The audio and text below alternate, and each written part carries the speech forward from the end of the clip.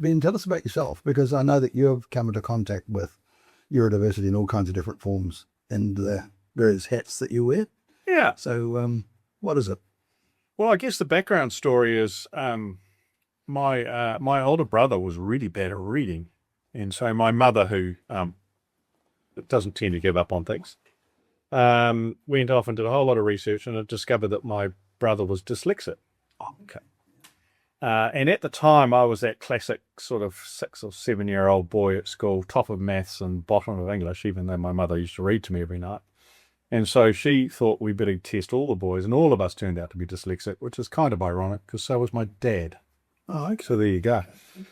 And so that's the background on the neurodiversity piece. And so I went from not being able to read to getting 78 bursary English, which for a lot of the younger viewers, they won't know what that means, but it was actually pretty shit hot at the time. That's a good mark. Yep.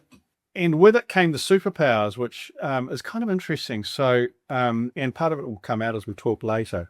The superpowers, that ability to see in 3D, to tell stories, to in a lot of cases over empathize with people, which is a real strength and weakness of this. And it became quite apparent over time that while I was okay at working in corporates, I couldn't. So I did what a lot of us do and started my own businesses. And that's what I've been doing for 26 years now. And here we are. Well, that's interesting. And I ended up in exactly the same place as you for the opposite end. I was good at English, hopeless at maths. I could barely count. The only two things I can do are write and draw. And I always came top of English and everything, because I mean, to me, my father was an English and French teacher, actually. So I don't even remember being taught to read, funny enough, but I do remember getting to school and given our first Janet and John books, and I sat next to Rosemary Gardine. I can remember that quite vividly. And she couldn't read. So I remember never having been taught to read. I remember pointing out these words. I said, that word's look. I just knew that, and God knows how to, and I just have ever had a love of words ever since. But I was a dreamer. My report at age 10 said, Michael is inclined to daydream. We spent less time looking out the window and more time paying attention. Orders in class wouldn't have to be repeated solely for his benefit. And that was pretty much my life since then. And then more latterly, my, again, family story. My grandson was diagnosed with ADHD and Tourette's. And my daughter said, Dad, I think you should look at it, because my son also has Asperger's. So I don't know about my father. He committed suicide when he was about 10 years old. So, but I suspect he also had ADHD. Super bright, but badly wounded during the war. Never recovered, but I think that family history possibly goes back to my grandfather as well. So there might be some patrilineal thing there that's worth talking about. I don't know enough about it neurologically, but I do know that from lived experience, it's there. Well, I mean, it's a fascinating thing, isn't it? Because it's one of the widely held theories, but unproven. The classic UK established colonies of Canada, the United States, Australia, and New Zealand ended up with a disproportionate amount of ADHD and dyslexia, because the people most likely to get on a ship, travel halfway across the world on the hope that something's better, are probably not that rational. So they must have had something else going on. And they were the oldest son who's going to inherit it. Whatever happened, the child who was going to stay and inherit the estate wasn't going to jump on a ship where there'd be dragons out there. And it was interesting too, because there's a certain element of carefree courage amongst people with ADHD. In the US, they don't medicate. In the US military, they don't medicate for ADHD. Well, if you see the Taliban come in with a jump, say, look, well, let's sit down and have a meeting, chaps, and who's in charge of watch, and who's going to be doing the catering? You want people who can just fucking react and do stuff. And the more I think about it, and I've done some work with various guys, for example, ex-military people, and the ones who shine and the ones who have shone, like, for example, Charles Upper, obviously he's never diagnosed, but you can guarantee he was. You can guarantee that his behaviour, his actions, poor at school, and fantastic out in the outdoors, and just amazing courage, but a quick thinker. Mm. And I remember with Willie Appiato, and similar similar thing, that he would respond really, really quickly. There are things that he looked at the world in a different way, and those are the kind of people you want. And that's probably the thing that sort of where we come together, because I understand you've been diagnosed with ADHD now, Hutch? Yes. Yeah, which was like the least surprising telephone call of my life. And I'm dyslexia, which of course is the better of the two. And so I can count and you can spell. So between us, we're Well, yeah. But it's interesting because, when you gave me a bell the other day and said, look, let's come and have a chat about why now is the perfect time to have ADHD or dyslexia. And I think that's a great place to start. That's a great place to start. Yeah. Because, in fact, I've just been putting the finishing touches to a book I'm writing on story selling, as opposed to storytelling. But central to it, of course, is the whole notion of storytelling. But you realise that how much of storytelling is centered around neurodiversity and different ways of looking at things. And there are different kinds of writers. You're either a reporter writer, or you're a braggart writer, a Trump, or you're a speaker, or you're an inspiring writer or speaker, or you are an engaging. Now you're a priest or someone of the cloth wanting to be nice and everyone to be nice. And when you look at the different kinds of ways that people think and tell stories, my premise is that it's as Plato said, that storytellers rule the world. And we've seen this exemplified in recent years with geopolitical, what's going on in the States, what's going on in Europe, what's going on in Sweden, that they are telling parables or stories that bind people together. Because stories should, in fact, make sense of the world. And in the mouths of a good person, or the right kind of person, it's good.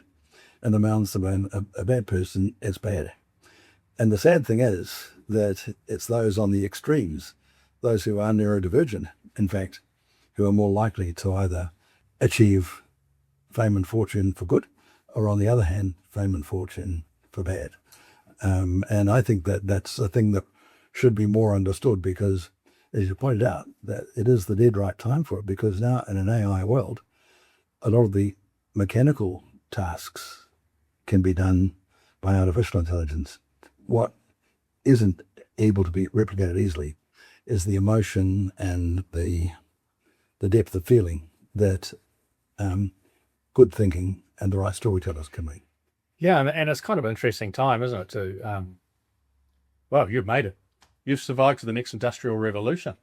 Welcome. It's such a fascinating time to be alive. And no doubt we'll get onto this idea of where AI is taking us, because I guess my overarching message for the day is this is probably the best time in human history to be neurodiverse. Yeah. And the reason for that is that in times of major transition, and in this case largely peaceful, certainly in New Zealand, there's so much opportunity going to present, and it's going to present to the people who can see the opportunity, grasp the opportunity in a rational way, and get on with it. At the same time, the tools that are coming out with AI are the ones that actually make up for perhaps the shadow sides or the gnarlier word weaknesses that we have.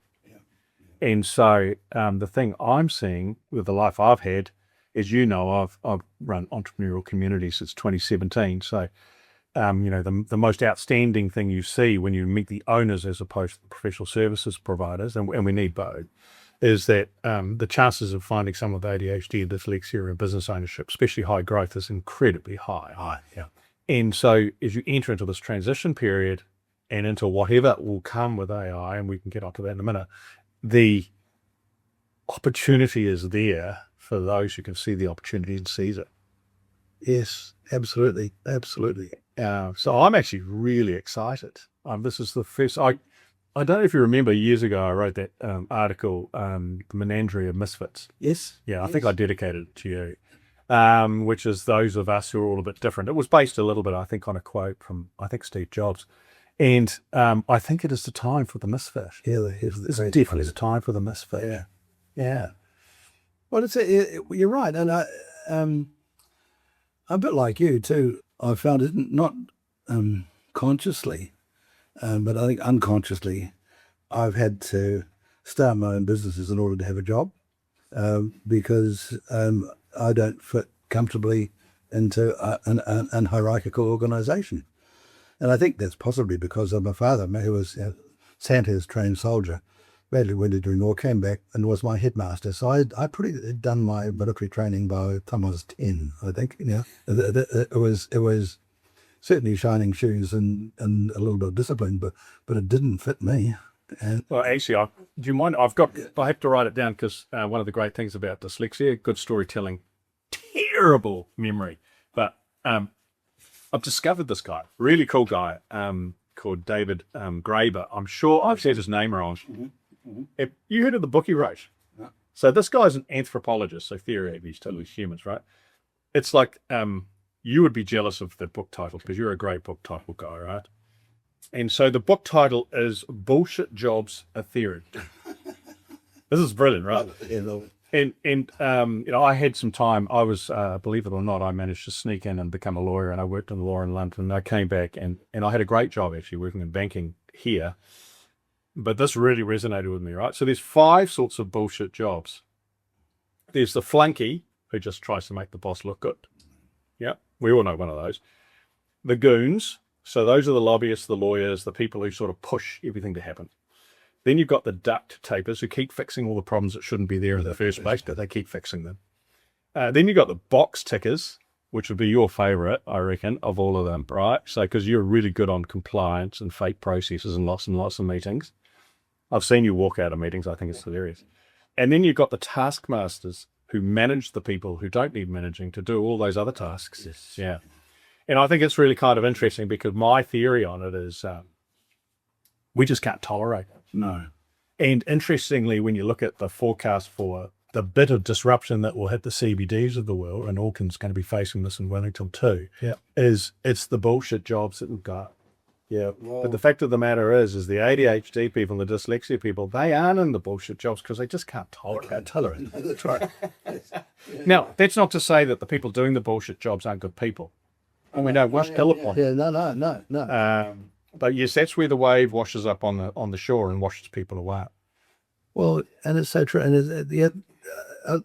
a lot of them are really nice people, but they're trapped in ordinariness, and they're trapped in mediocrity because they want to fit in, because we're essentially tribal as people, and so you kind of cluster together with like-minded individuals. I agree with that, but I'm also going to give you the slightly counter view to that, which is it's very hard, my observation, it's very hard when you've got ADHD or dyslexia to see how differently you think from everyone else. So you get the frustrations. So you meet the box tickers and the goons and all those people, and it drives you mad. But actually the thing that really frustrates us most of the time is no one's keeping up. I've got this business idea, I don't get it. Or, if you're in a bigger organization, I'd like to do this innovation. Nah, that won't work. And so what actually is happening, I think, and one of the reasons I believe it, our time has arrived, I speak more broadly, not just you and I personally, albeit you're about to start your 21st business, or have, is that we're going to see the opportunities faster and we're going to be able to execute on them quicker. And a lot of the people hadn't seen it yet. It's not a criticism of them. They just don't process that way. No, they don't. And it makes sense, right? So if you think about it, I mean, in normal societies, I think ADHD, dyslexia, I'd have to defer to the beautiful Sandy who's sitting off screen who's actually organised this. But I think it's about 5%, isn't it, Sandy, roughly, of people who've got ADHD or dyslexia. Yeah. Typically, most of the stats internationally say, and within the entrepreneurial community, it ranges between 30 and 50% of people are ADHD and or dyslexic, because I think it was quite and we haven't even touched on the others. So it's that time now where you get to see the opportunity and take advantage of it, that a lot of people, they're just not actually going to see it. And so it's a really, really fascinating time for them, because a lot of them are going to get run over without seeing it because they haven't even looked up to see it.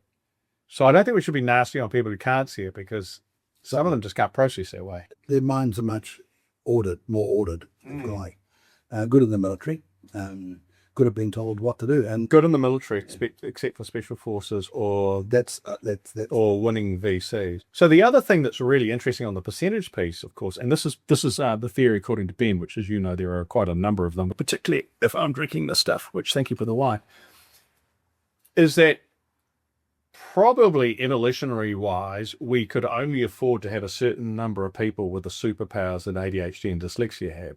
Because the community needs to run as a stable operation on the whole, right? Yeah. And that so that sort of splits between some people call it the neurodiverse, I call it the superpowers, and some people call the normal, and I call the muggles. Yes, as you know, is that you want that stability, but in times of instability, then the community has to lean more heavily on the people with superpowers. And just that's one of the reasons I think it's that time. I couldn't agree more. And because I think that one of the things that I've noticed, and having worked most of my life in advertising, well, certainly in creative businesses, apart from a very sorry period in academia, which I thought was absolutely, and I got cancelled in the end by a very strong, feminist cadre within the university because of the way I'd approached things, which was inappropriate, which is really sad, actually, because... Oh, to be clear, though, inappropriate was you didn't follow all the rules academically. No, well, that's... Yes. It's got to be a bit careful these days, fella, on those sort of comments. Yeah. But see, having been most of my life in advertising, it's always puzzled me why it's so hard for non-creative people to work with creative people. And well, as such, and so actually, I got a psychologist to come and screen a week in the agency, and watch. Her brief was open. Yeah, we just said, look, watch how we behave, right? No strict process, because I think as soon as you introduce parameters in an observational role, you restrict the outcome to the inputs. And so we didn't ask her to look for anything in particular. We said, just give us a view of why our clients don't recognize our genius and do what we say. Because when advertising really attracts some pretty loose units, really fun, terrific, but we're never quite regarded as proper business people. And so I said to the psychologist, Rebecca, she was terrific. And I said, I'd like you to explain to me why our clients don't recognize our genius. And she said, well, basically they think you're fuckwits. You're not proper business people. You're the colouring in department. You're the window dressers. You do stuff in response to questions that they ask you to make, put lipstick on a pig or do all that sort of stuff. So you get a bit cynical in the end, and you'd realise you're dealing with people who simply do not get it. Correct. That's the tension, isn't it? Yeah, the tension. And you can't, and there's no scientific or commercial delineation between those who get it and don't. You will explain that to me. You can't explain it fucking to you because it's loose. Yeah, it's like one of my favourite ads is the one for Tip Top Trumpet, Togs undies. Yes. When the togs become undies, you're at the beach, on the sand, the togs. Funny you should meet. Walk across the road into a shopping centre to get over. They're undies. And my answer to everything in life, in a deep philosophical way, is it all depends, and it does. And people who don't have that flexibility of mind, then we can't have that. You've got to have some rules. No, you don't. No, or do you? Or sometimes you may have to. It might be important in heart surgery, but it's not important in storytelling. You need exactitude is only required if you're an astrophysicist and you want Voyager 2 to meet up with Voyager 1 in 45 years outside the orbit of Jupiter. That requires a certain amount of technical expertise and a certain amount of exactitude. But if you're just telling stories, it doesn't matter. Now, speaking of exactitude, current stats on ADHD, children, 11.4% in the States. Wow. But that's because they're getting more diagnosis rates, higher diagnosis rates, so because of the way the education system's structured. So that's a little bit misleading, because they're saying globally that adults at 6.7%, but I think we're getting a surge in diagnostics and outcomes that are getting a more positive outcome on ADHD. But the reality is we don't have any current data here in New Zealand because stats are not gathered. But I think the point that Ben made is so true, and I've often thought about that it's our ancestors who came here are more likely to have been the ADHD. Oh yeah, no, that's exactly right. But back to your flow. I thought it's really interesting because the example you just gave about exactitude and the idea you need someone who's really good at science and engineering to figure out where the two spaceships were going to meet. One of the things that's fascinating about this time is we actually are going back to the highly creative who are actually running their own businesses. So if you look at Rocket Lab, which thank you, my gorgeous wife, for investing in that beautiful business, or any of the other successful space companies, which is the other one. Yeah. Or you look at the frontier AI labs that are all coming through. All of these organizations now we've gone back to the old days of the Ford Motor Company, where the companies are being built around founders with that deep insight. Yeah. And this is where I will take my dyslexic hat off to the ADHD, is that the ADHD often turn up in these roles like engineers and people like that because they have something that's really hard to replicate, which is the ability for intense focus. Yes. And it's that intense and deep focus that allows them to drive on. And the great interesting thing for me is that those sort of people are not creating $1 million companies or $100 million companies. I mean, we're on the cusp of those sort of people creating $1 trillion companies, which I actually can't even conceptualize. I'm just happy to have a mortgage for $1 trillion. So it's kind of fascinating. That's when you look at one of the reasons, I believe, particularly for ADHD, ADHD, particularly for the hyper focus, but also we're actually starting to see a change in the structure of businesses that are going back to founder-led and away from the deeply trained management class that were bought in to run incremental change. And we're now going back to growth companies, which are typically smaller, more nimble, and much shallower, which is bad news for the HR advisors, but great news for the rest of us. We're starting to see that style, which is founder-led, and founder-led for much, much longer.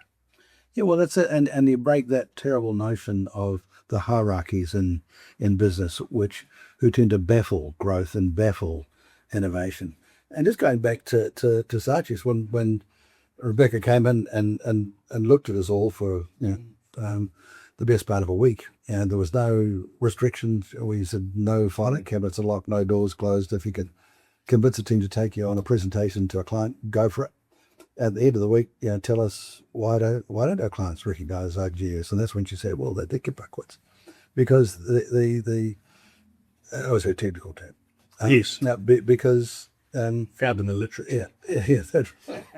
Because that they don't see us as proper, because we wave our arms around and have ideas, but are they that practical?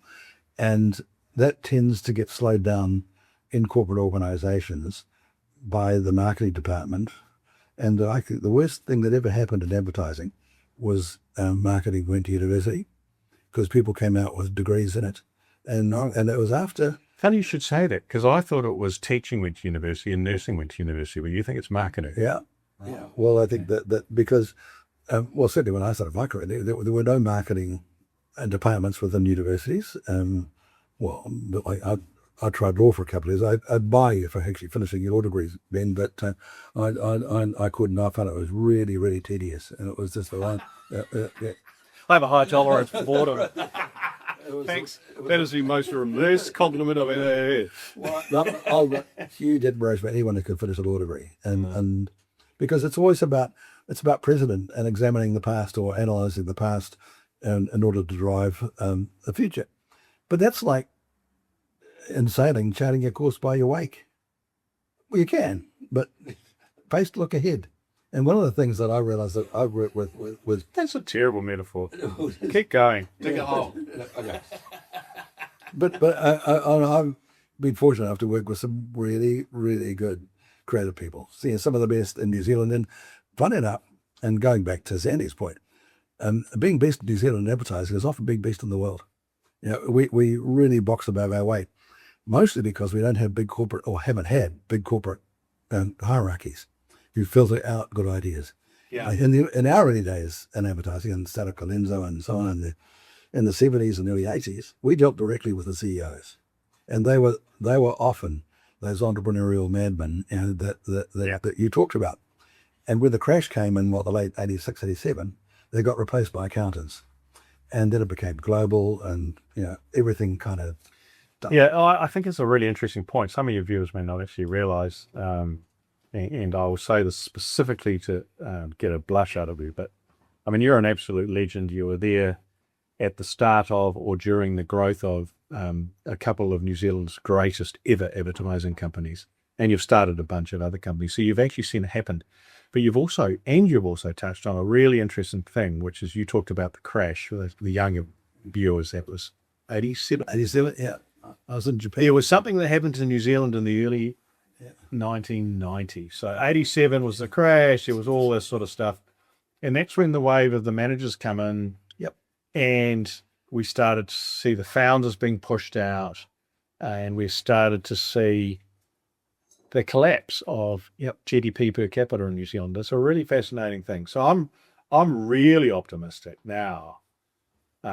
Ironically, by looking at Christchurch, because I think Christchurch is a fantastic city. It's just extraordinary. They're giving me a real dose of hope, I think. Oh, it's a different.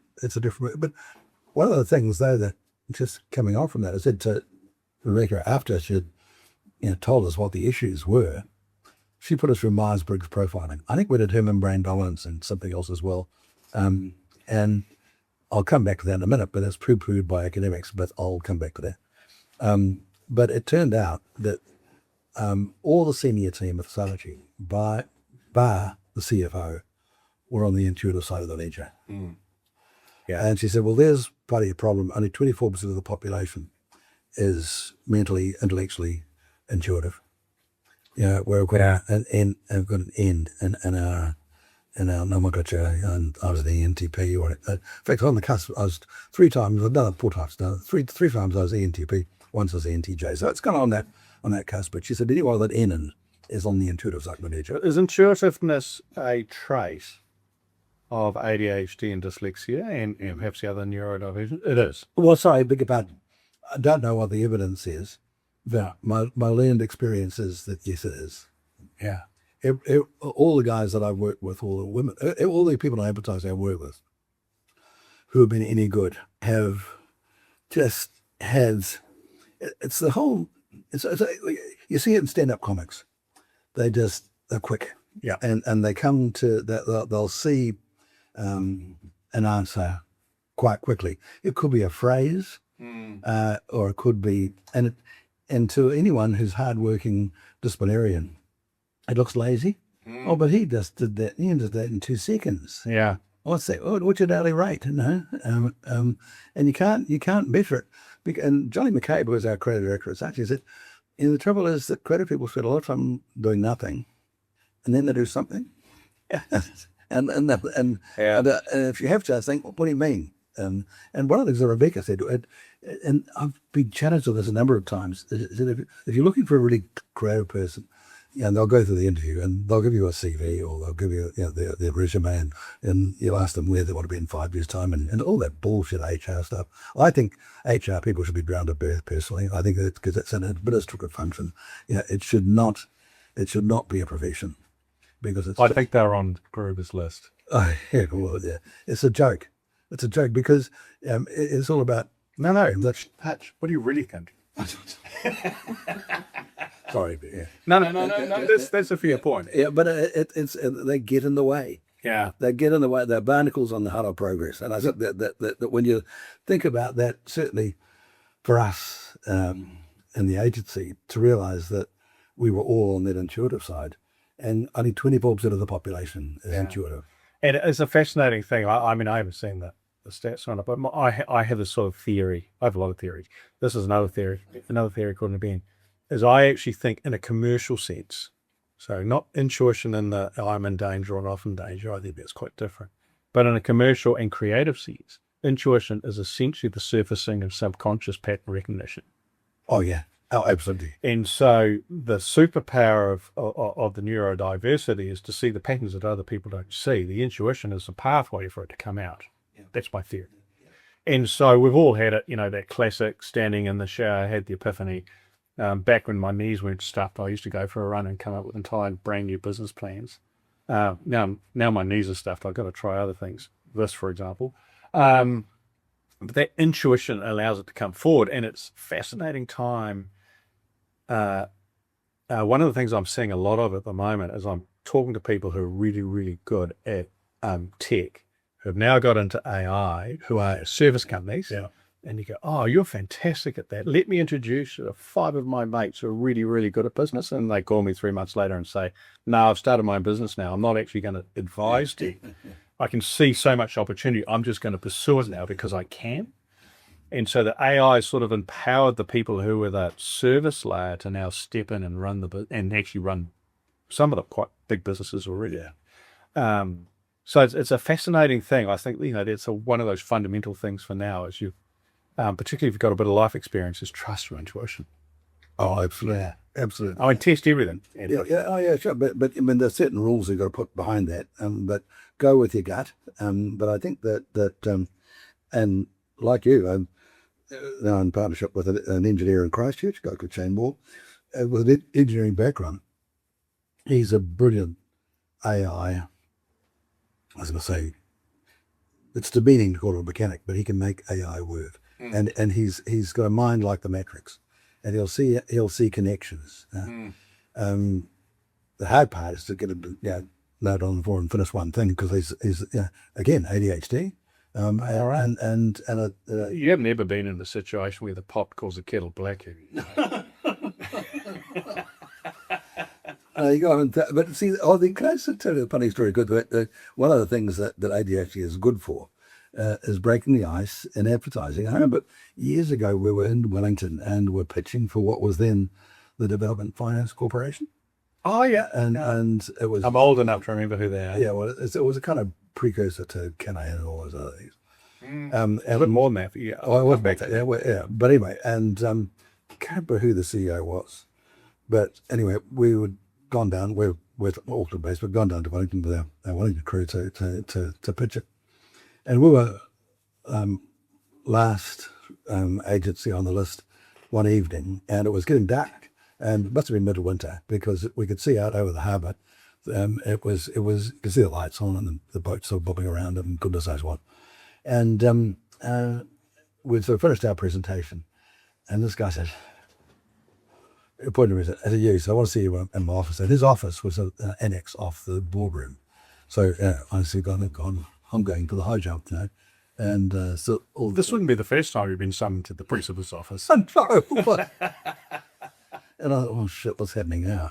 And of course the other guys all sat around and looked at me and thought, oh, well, what's he done? Yeah. And so we went and sat in his office, and I remember as I was sitting there, he had his back to the windows, and I could see it getting darker and darker, and lots of ships going back and up and forth down the harbour. He said, look, I've seen 5 advertising agencies in the last couple of days. So you're all bloody young guys, you all say you're the best, you're all good looking, you all got good hair and shiny teeth and fine shoes and stuff. And I think to myself, who are these people? And you all say you're the best. Why would I appoint you? And I couldn't think of anything else to say, except I could hardly see him across the desk. I said, because we can see in the dark? No, I'd. That's such a hutch comment. And I thought, that's actually right. We're trained, or we have learned to have over the horizon radar. You can sniff an opportunity amongst all.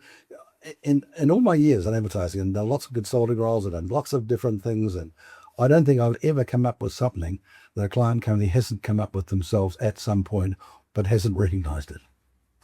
They've they've toyed around it or massaged it or, fucked it up or whatever it is, but they haven't clearly seen the genius of a simple idea. Yeah, that's interesting, isn't it? I think that we're sort of touching on another piece, aren't we, of the old strengths piece is, as you know, I've got a place up by the sea, very little place up by the sea. And last year my wife bought me a pair of binoculars because I'm fascinated with watching the boats and watching the whales when they come in near Tawharanui. And I think it's the same thing. You get the binoculars and the apps, everyone can see everything until you just turn that knob a little bit and it brings it into focus. And I think that's a real superpower of neurodiverse, is that ability to bring the unfocused into focus. Sorry, for those of you who have never used the binoculars, you do it like that. Oh yeah, absolutely. And it brings it into focus. And now again, more than ever, bringing opportunity into focus is a real opportunity. Is that one of the things that's going to make the difference? Yeah, yeah. Well, it's interesting. Rather than working within graduates, we're talking about transition from the traditional agency structure to what does the new structure look like led by AI. So we're talking about advertising agencies. But creative agencies. They're creative agencies. And everyone knows about social media and influencers and all the things you've got to do. Oh, people like you, Hutch. Yeah. But in reality, nothing's changed. It's all about storytelling.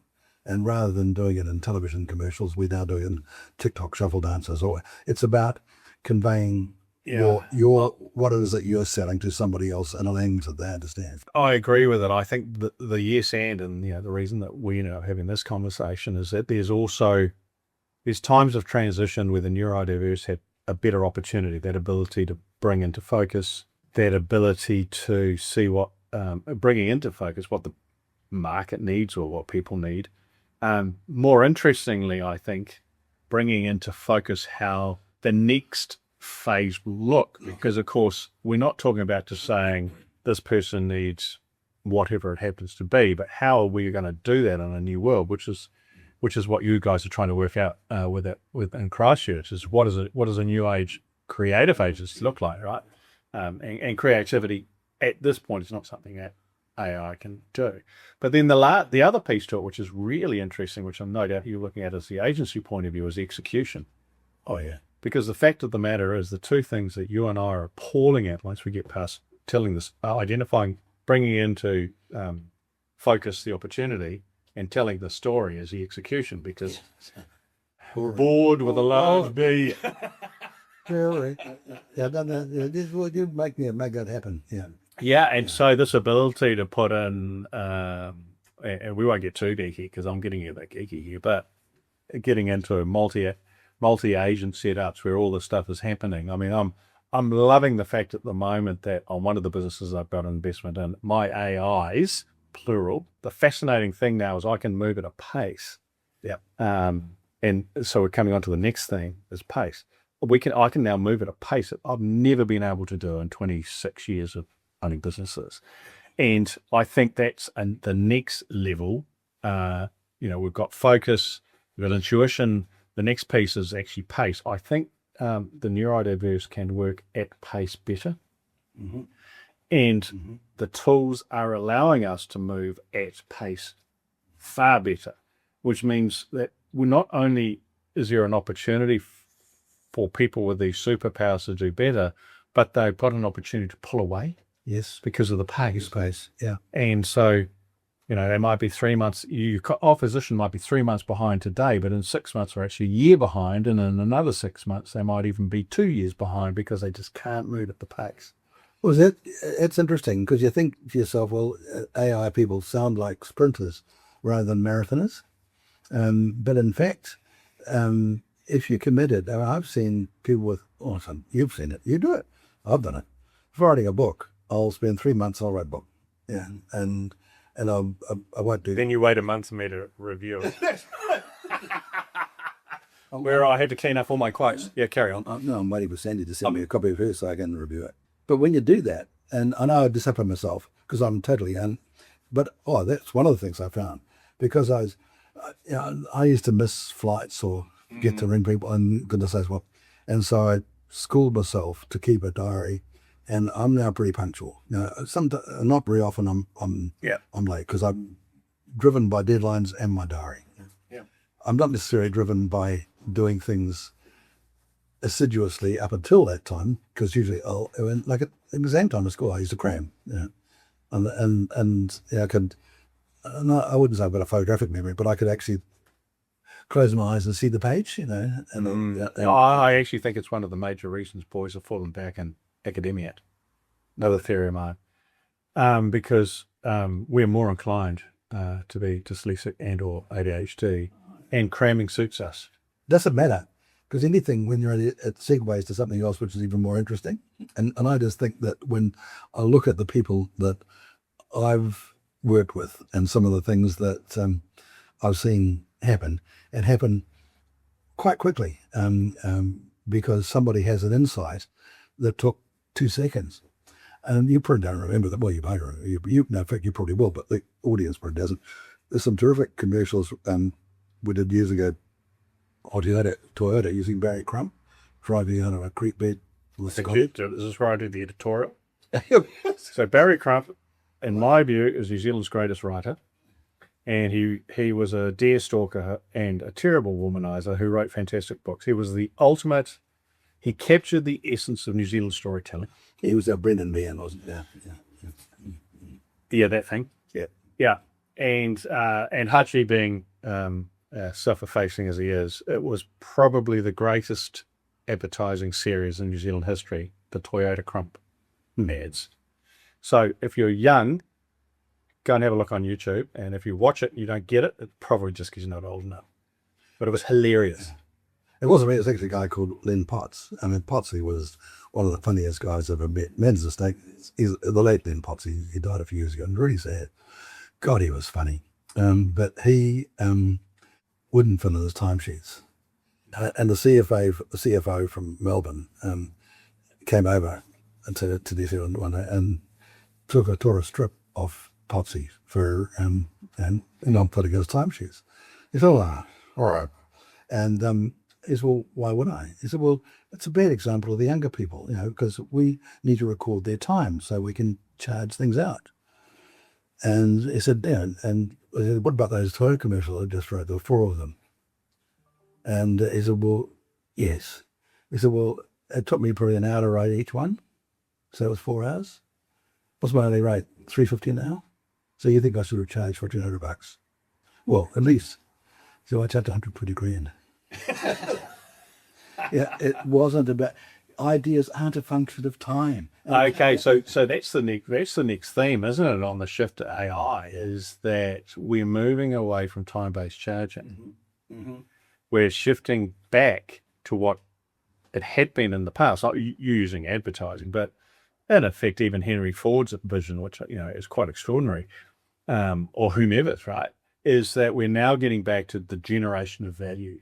Oh, yeah. And so that ability to bring things into focus, to tell the story clearly, to move at pace, allows you to generate value that is actually not tied to the amount of time. No. But there's that bit. We worked with a crowd in West Coast. It's a sawmilling company. So South Island? South Island. This is years ago now. Yeah. But we did their annual report. I won't name the company, but anyway, it was supposed to be late 80s, early 90s. Doesn't matter. It was after Mount St. Helens had erupted, and there was squillions of cubic meters of timber, pinus timber, flooding the world market. And this company had billing rights for Remu. Yep. Before the native logging stopped. But they had, and of course, the Remu was used for mostly for joinery. But one of the problems with timber is that the logs are round, and you only really want the square bit in the middle that is the heart Remu. And all the stuff on the outside, which they've got clears, and the clears would use for joinery and chairs and furniture and whatever. But the outside stuff, well, what do you do with it? Well, you chop it up into 4x2s and sell it for framing timber for housing. The problem is as hard as the hobs of hell. Relatively speaking, you can get a nail and push it through pinus with your thumb. That's not. Yeah, it's paper feather. Yeah, it's a wood version of paper, right? Yeah. So anyway, all this Remu they couldn't sell because that cut the hearts out for joinery grade, but the framing grade was stacking out behind the mill. And this guy said, well, if you can tell me what I said, oh, no, that's right. I said, what's that? He said, oh, that's Mount Remo. Well, what do you mean? He said, well, the Mount St. Helens stuff, which is dumped all over the world. So just for our viewers, Mount St. Helens what? Oh, sorry, I beg your pardon. The eruption in the state of Washington, Mount St. Helens in the States, erupted and just basically decimated millions of acres of forest. So they went and cut the wood out they sold it. And they sold it. They dumped on the world market. Yeah. And of course, if you're a builder, of course, you don't want to pay for a rim. But for the same price, you can get a whole lot of a soft timber, which is just as good for anyone to do. Anyway, so I said, well, what do you do with it? I said, well, what makes it hard to sell? Well, it's hard. You got to nail hard. Well, what's the problem with that? Well, people don't want it. Well, why don't we think about something else? I said, why don't we, for example, just chop it up into joinery grade and use it for framing digger for dado paneling, create a whole market for timber paneling for wolves, and put tug and groove and V-jointed stuff in. Oh gosh, but it's got knots in it. Cut the knots out. If you're only looking for meter long pieces, go through a 6 meter log and just chop the bits out that you want. And what are you selling a 4x2 for?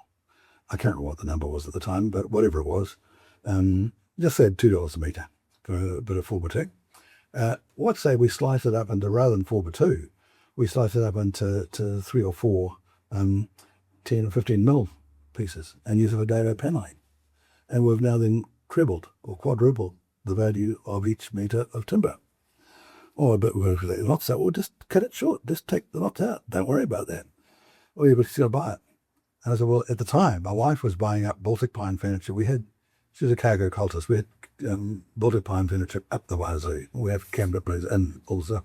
Yeah. And I said that there's a law which says that for every action, unit law, for every action is an equal and opposite reaction. I bet if we like Baltic pine furniture down here in the bottom right-hand corner of the world, they'll love subtropical rainforest timber in the top left-hand corner of the world. Why do you say that? Don't know. Just intuition. Intuition. Now, this was intuition. And that's all I don't know. I said, I'll tell you what would it cost to get a wagon load of timber across from West Coast to Christchurch to the sawmill and slice it up and do that? $1,000. I said, I'll tell you what, I'll not be brother, well, back myself, I'll pay for it. If you go, no, we'll do it. No. It's like, well, just take it over. I bet you this will work. And so anyway, they took a wagon load of timber up, sliced it up into dado paneling, tongue and groove jointed. And the size one didn't go to Scandinavia, but he went to Germany. And for the next 10 years, until they lost the Milliwags, they sold $25 billion worth of timber to Germany and that place. And I said, well, okay. And I said, you told me that you'd win $1 million about figuring out what to do with it. Oh, no, we would have thought of it ourselves eventually. The muggles will always take the glory. So it's kind of interesting, isn't it? When you come back to looking at where we're at now. Hachi, were you here for the last Industrial Revolution? Yeah, that's what was it. No, that was. No, was that steam and telegraph, or was that electricity? No, that was Noah and the Ark. Remember that? Ah, yeah. They wrote a book about it. So you're coming back to now, and you look at it from the neurodivergence point of view, and that was a great story of bringing something into focus or seeing something different.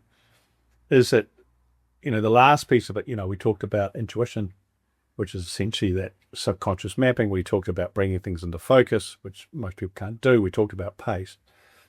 But the other things that's really interesting now is that we can execute at scale without having to load up lots of humans, because often in our businesses, it's the human piece to bring in the skill that's the hardest thing that slows us down. So we're now in the situation when you look across the whole panel of, see the opportunity, bring it into focus, set out how it's going to work and execute it. We're now in a situation where the neurodiverse have the ultimate opportunity.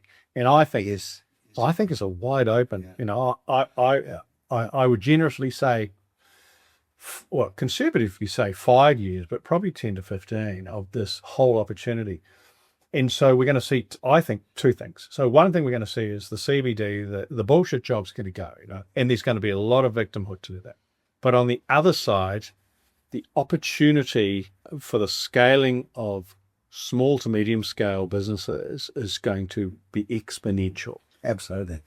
And so I think that's the key message to the audience is now's the time to start playing with this stuff. Yes. Whatever it is.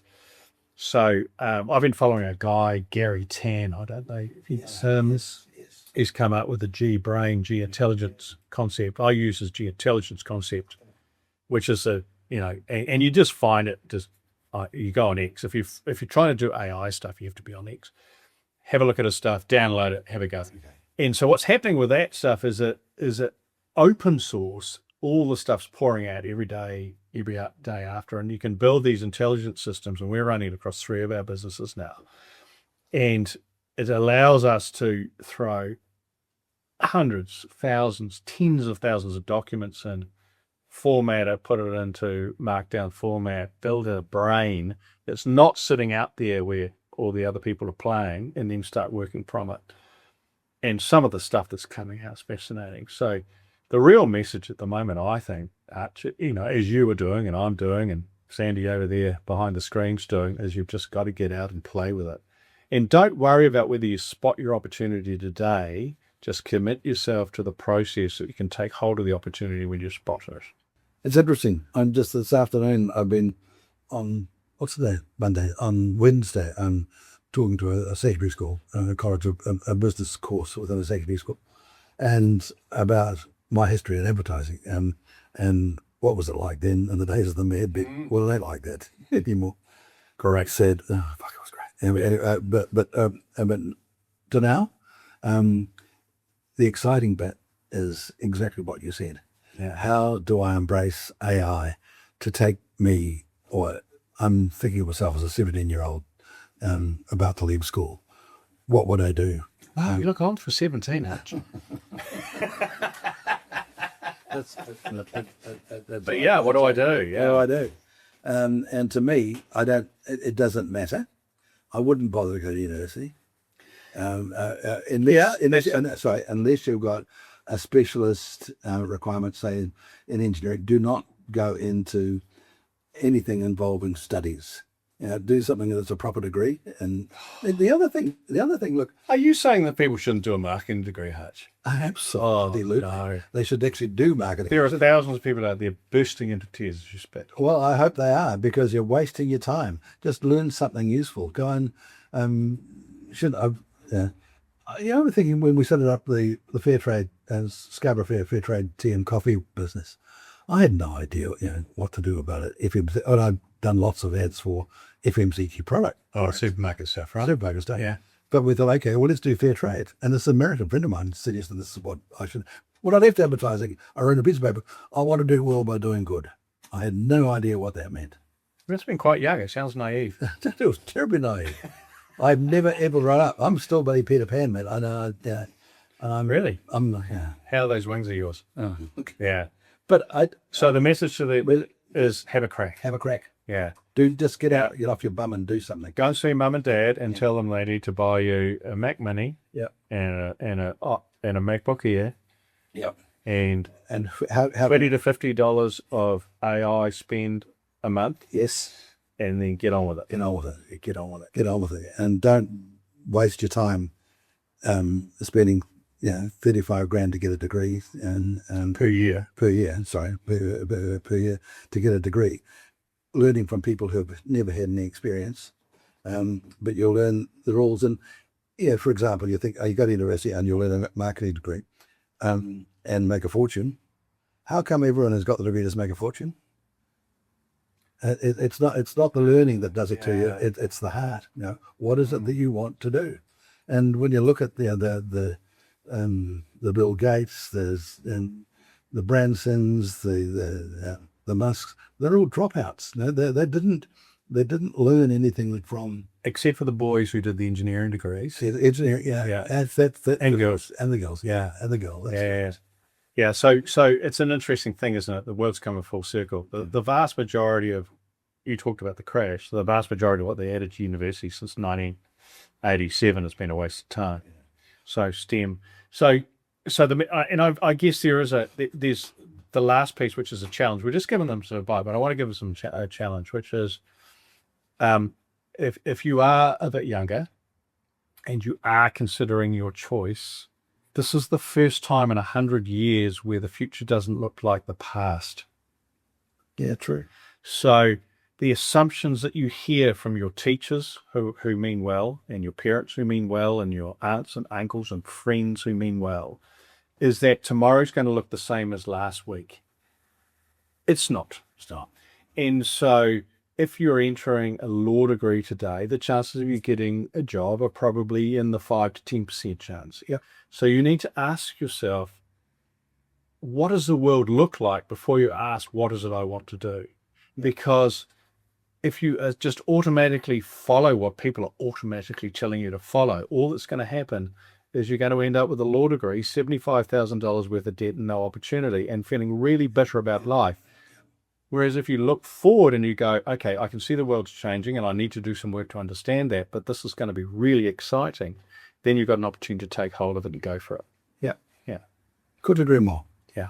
I think it's a good time to stop because we've talked a lot and my wine's run out. Oh, what? I know. Yeah. Terrible, isn't it? Be a real pleasure, Hutch. Oh, that would be great, man. Yeah. And Sandy behind the camera, which has been, that's why I've been looking over there because she's great. And there's not much I disagree with. I mean, normally I disagree with everything you say, but yeah, it's true. I think you're pretty well right. Yeah.